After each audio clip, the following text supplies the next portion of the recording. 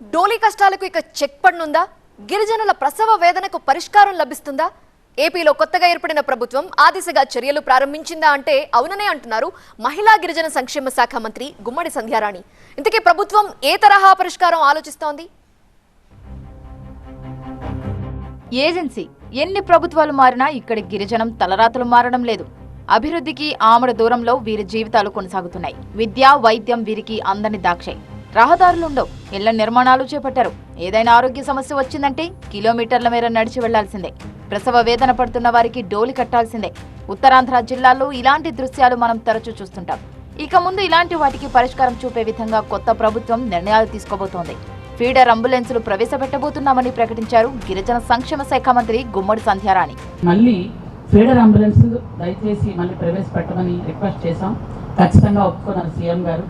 ఎందుకంటే డోలీ కష్టాలు అంటే ముఖ్యంగా గిరిజన ప్రాంతాల్లో రహదారులు లేని దగ్గర ఫీడర్ అంబులెన్స్లో కిందకు తీసుకొచ్చేవాళ్ళం. గిరిజన గర్భిణీలు ఎవరైతే ఉన్నారో వాళ్ళకి జాతీయ స్థాయిలో గుర్తింపు పొందిందండి. చంద్రబాబు నాయుడు గారు పెట్టిన గిరిజన గర్భిణీ వసతి గృహానికి సాలూరులోనే ఏర్పాటు చేశాం. అయితే అది పార్వతీపురంలోని ప్రతి దగ్గర సాలూరులో చూసిన తర్వాత ఒక మోడల్ ప్రతి దగ్గర చేసాం.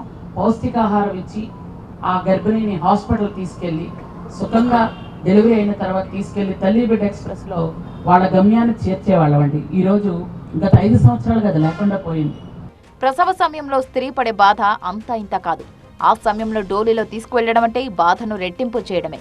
రోడ్లపై ప్రసవ వేదన అత్యంత బాధాకరమంటున్న మంత్రి గుమ్మడి సంధ్యారాణి ఫీడర్ అంబులెన్సులు తీసుకువస్తామని ప్రకటించారు. ఒక గిరిజన మహిళ రోడ్డు మీద 10 మంది మధ్యలో ప్రసవ వేదన అనుభవిస్తూ ప్రసవించడం అనేది ఒక గిరిజన మహిళగా చాలా సార్లు బాధపడ్డాను, సిగ్గుపడ్డానండి.